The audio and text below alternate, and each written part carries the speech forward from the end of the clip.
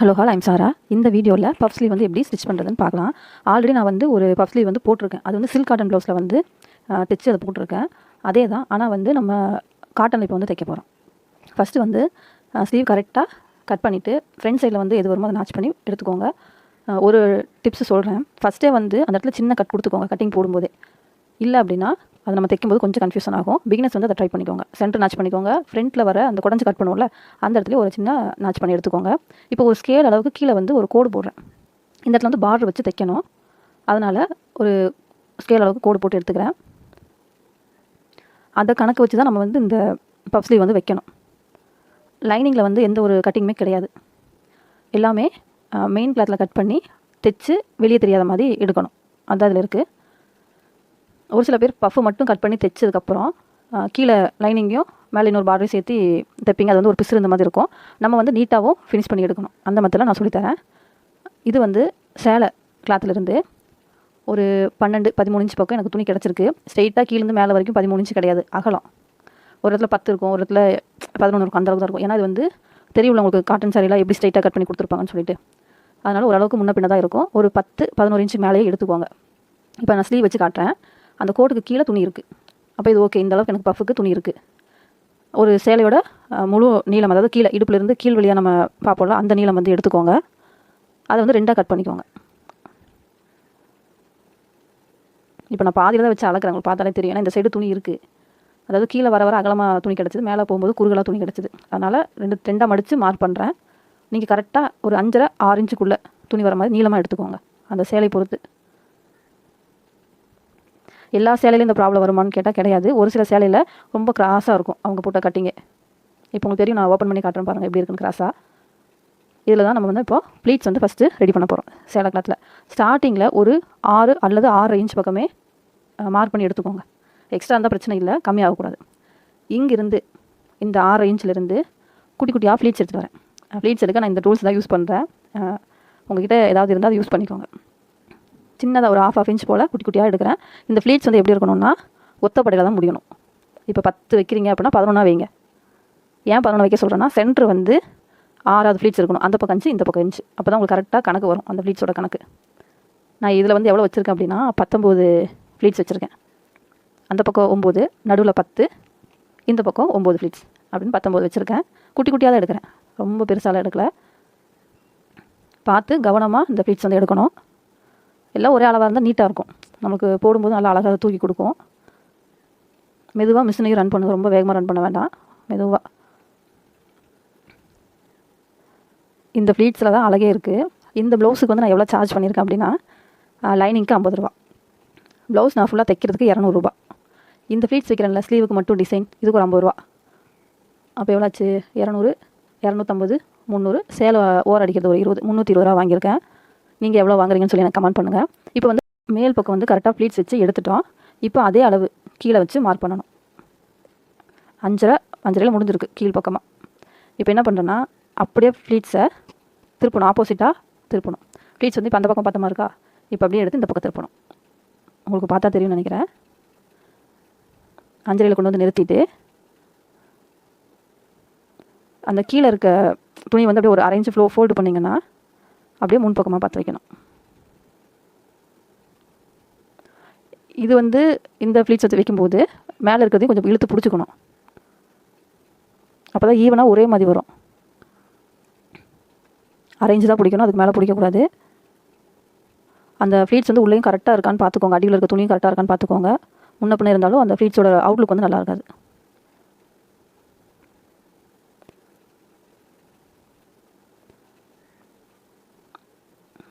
அப்படியே கொஞ்சம் கொஞ்சமாக மூவ் பண்ணி கொண்டு வரணும். ரொம்ப நீட்டாக இருக்கும். நீங்கள் பஃப் வைக்கும்போது எந்தெந்த துணியில் வைக்கணும்னு கரெக்டாக பார்த்துட்டு வைங்க. இந்த துணிக்கு வைக்க முடியுமான்னு டெய்லர்ட்ட ஒரு வாட்டி கேட்டுக்கோங்க. ஒரு சில துணியெல்லாம் எப்படி இருக்கும்னா பஃப் வச்சதே தெரியாது. பஃப் இருக்கும், ரொம்ப ஒரு மாதிரி ஒடுங்கின மாதிரி இருக்கும். ஏன் அப்படி சொல்கிறேன்னா, அந்த துணி வந்து தூக்கி கொடுக்காது. இது வந்து காட்டன், கொஞ்சம் புசு புசுன்னு இருக்கும். இந்த துணி நல்லா தூக்கி கொடுக்கும். ஒரு சில துணி எல்லாமே அப்படியே ரொம்ப பஃப் வச்சது அப்படியே இறங்கிடும், நல்லா தெரியாது. அதுக்கு ஒரு ட்ரிக்ஸ் இருக்குது, அதை நான் நெக்ஸ்ட் வீடியோவில் சொல்கிறேன் எப்படின்னு சொல்லிட்டு. நெக்ஸ்ட் ஒரு கேரளா சாரிக்கு வந்து இதே மாதிரி பஃப் ஸ்லீவ் தான் வைக்கிறேன். அது தைச்சதுக்கப்புறம் வந்து அது என்ன டிப்ஸ்ன்னு நான் சொல்கிறேன், எப்படி அதை வைக்கணும்னு சொல்லிட்டு.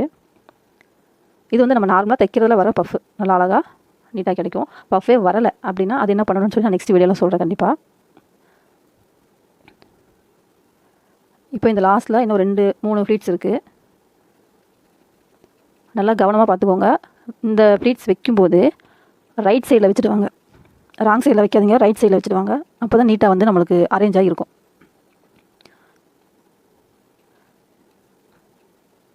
அவ்வளோதான், இது லாஸ்ட்டு ப்ளீட்ஸு. இதுக்கப்புறம் தையல் வந்து நல்லா கொஞ்சம் முன்னாடி வரை இழுத்து கொண்டு வந்து விட்டுருங்க. அதிலே முடிக்கக்கூடாது, பிரிஞ்சிரும். இப்போ நம்ம ப்ளீட்ஸ் எடுத்தாச்சு, கீழேயும் மேலேயும்.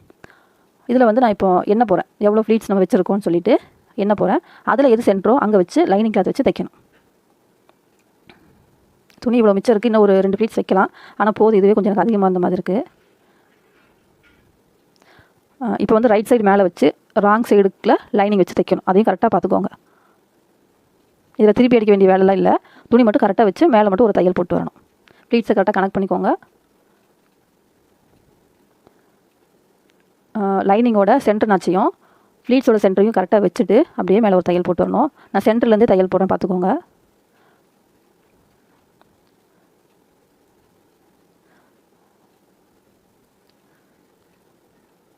டபுள் ஸ்டிச் எதுவுமே போட வேண்டாம். அப்படியே தையல் வச்சு மெதுவாக ஓட்டிட்டு வாங்க. கீழே வந்து அந்த ப்ளீட்ஸ் வந்து கொஞ்சம் சுருங்கும், அடியில் எங்கேயாவது போய் மாட்டோம். அதெல்லாம் கொஞ்சம் கவனமாக பார்த்து அதுக்கேற்ற மாதிரி லைனிங்கோட அவுட்லைனில் ஃபுல்லாக தைச்சிட்டு வரணும். இப்போ இந்த இடத்துல வந்து நிறுத்தியிருக்கேன். ஃபஸ்ட்டு ஒரு லைன் போட்டிருந்தோம்ல ஸ்கேல் வச்சு, அந்த லைனில் அப்படியே வச்சு தைச்சிட்டு வரேன். கேமராவில் தெரியல அந்த லைனு, ஆனால் நான் தைக்கும்போது தெரியுது. சும்மா மார்க்கிங்காக உங்களுக்கு வச்சு காட்டுறேன். ப்ளீட்ஸ் வரும்போது கொஞ்சம் கவனமாக பார்த்து அடியில் ஏதாவது துணி சுருங்கியிருக்கா சிக்கியிருக்கான்னு பார்த்துட்டு மெதுவாக தைங்க. இந்த இடத்துல அடியில் போட்டிருக்க தையலுக்குனே நம்ம தைக்கணும்னு அவசியம் இல்லை. மெயின் கிளாத்தில் இருக்க தையல் வேண்டாம், அதை கணக்கே வச்சுக்காதீங்க. லைனிங் மட்டும் கவனமாக பார்த்து அதுக்கேற்ற மாதிரி தைச்சிட்டு வரணும். அந்த ஒரு ஸ்கேல் அளவு கோடு போட்டோம்ல, அந்த அளவுக்கு அப்படியே தைச்சு அவுட்லைன் ஃபுல்லாக ஃபினிஷ் பண்ணணும். இந்த மாதிரி தைக்கும்போது லைனிங்கில் எந்த ஒரு கட்டிங்குமே வராது. அதாவது உள்பக்கம் வந்து ஏதாவது பிசுறு இருந்தால் ரொம்ப நேரம் அந்த ப்ளவுஸ் வந்து நம்ம போட முடியாது, கொஞ்சம் உறுத்துற மாதிரியே இருக்கும். அதனால் இந்த மெத்தட் ஃபாலோ பண்ணி பாருங்கள், ரொம்ப ஈஸியாக இருக்கும், நல்லாயிருக்கும் போடுறதுக்கும். இப்போது தைச்சாச்சு. இப்போ இந்த லைனிங் பார்த்து அவுட்லைன் ஃபுல்லாகவே நம்ம கட் பண்ணணும். எக்ஸ்ட்ரா இருக்க மெயின் ஃபேப்ரிக்கெல்லாம் நான் கட் பண்ண போகிறேன் பாருங்கள். லைனிங்கில் கரெக்டான அளவு எடுத்துக்கோங்க. இதுக்கப்புறம் வந்து நம்ம அட்ஜஸ்ட் பண்ண முடியாது. ஃபஸ்ட்டே நம்ம கட்டிங் போடும்போதே லைனிங்கில் கரெக்டாக எடுத்துக்கோங்க. உள்பக்கம் குடஞ்சி எடுக்கிறது, எந்த அளவுக்கு ஸ்லீவோட லென்த் நம்மளுக்கு எவ்வளோ தேவை எல்லாமே பார்த்து எடுத்துக்கோங்க. இப்போ வந்து சென்டர் நாச் வந்து பண்ணிக்கோங்க. மெயின் ஃபேப்ரிக்கில் இருக்காது, நம்ம தான் நாச் பண்ணணும். ஃப்ரண்ட் சைடு எது வருமோ அதையும் நாச் பண்ணி எடுத்துக்கோங்க. இப்போ கீழ் பக்கமாக நம்ம தையல் போட்டிருக்கோம்ல, அதில் எக்ஸ்ட்ரா இருக்கும் துணி, ஒரு 1/2 இன்ச் போல் விட்டுட்டு கட் பண்ணணும்.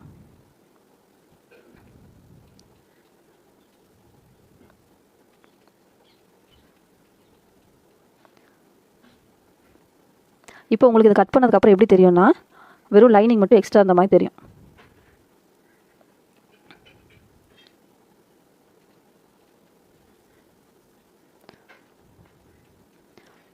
இப்போ கட் பண்ணியிருக்கேனா, இப்போ மேலே இருக்க பஃப் பீஸ் வந்து ரெடி ஆயிடுச்சு.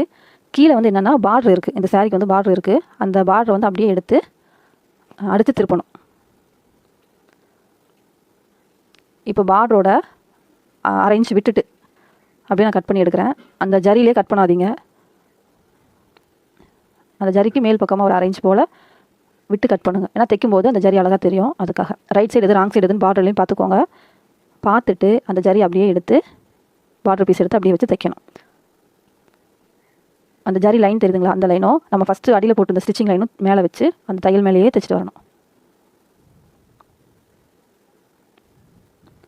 ஒரு 3 இன்ச் 2 இன்ச் கேப்லேயே அந்த நம்ம கைவரல் வச்சு வச்சு தைச்சிட்டு வரணும். அப்போ தான் ஸ்ட்ரைட்டாக வந்து தையல் கரெக்டாக வரும்.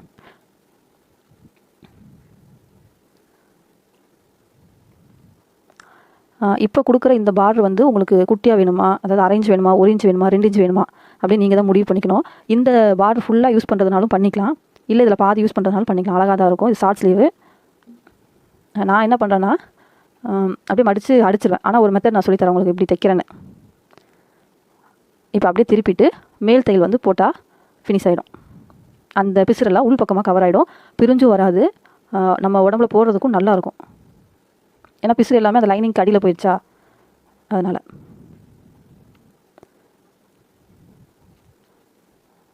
இதுக்கப்புறம்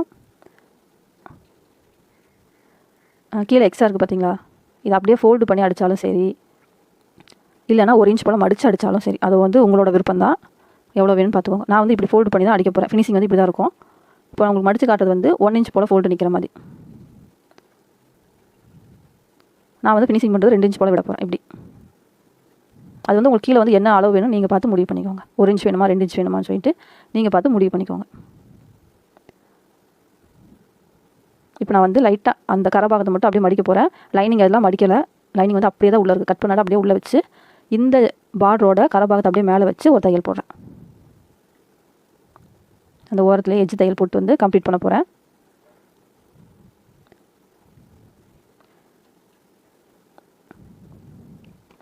அவ்வளோதான். இதான் வந்து இந்த ஸ்லீவோட அவுட்லுக் வந்து இதுதான். ப்ளவுஸ் வந்து ஃபினிஷ் பண்ணிட்டேன். அதோட பிக்சர் வந்து நான் சைடில் ஆட் பண்ணுறேன் எப்படி ஃபினிஷ் ஆகிருக்குன்னு சொல்லிட்டு. அந்த கீழே வர பார்டர் மட்டும் நீங்கள் பார்த்துக்கோங்க. உங்களுக்கு எவ்வளோ வேணுமோ அந்தளவுக்கு மட்டும் வச்சுக்கோங்க.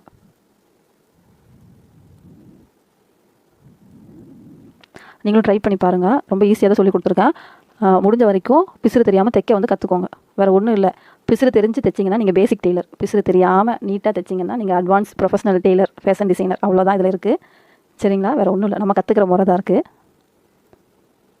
இதுவே நீங்கள் ஹெம்மிங் பண்ணிங்கன்னா எப்படி பண்ணணும்னு நான் சொல்கிறேன். அந்த பார்டரை இன்னொரு லைட்டாக மடிச்சுட்டு பெரிய தையலாக வச்சு தைச்சி எடுத்துருங்க. இதை வந்து ஹெம்மிங் பண்ணிவிட்டு இந்த பெரிய தையலாக பிரிச்சுருங்க. அவ்வளோதான். கொஞ்சம் கொஞ்சம் தைக்க நீங்களாக யோசிச்சு பண்ணிங்கன்னா நல்லாயிருக்கும். அந்த ஐடியா வந்து உங்களுக்கே கிடச்சிரும். இப்போ இந்த இடத்துல ஹெம்மிங் பண்ணால் வேலை முடிஞ்சது. சரி, நீங்களும் தைச்சி பார்த்துட்டு எனக்கு கமெண்ட் பண்ணுங்கள். நான் ப்ளவுஸோட பிக்சர் மட்டும் சைடில் ஆட் பண்ணுறேன். தேங்க்யூ.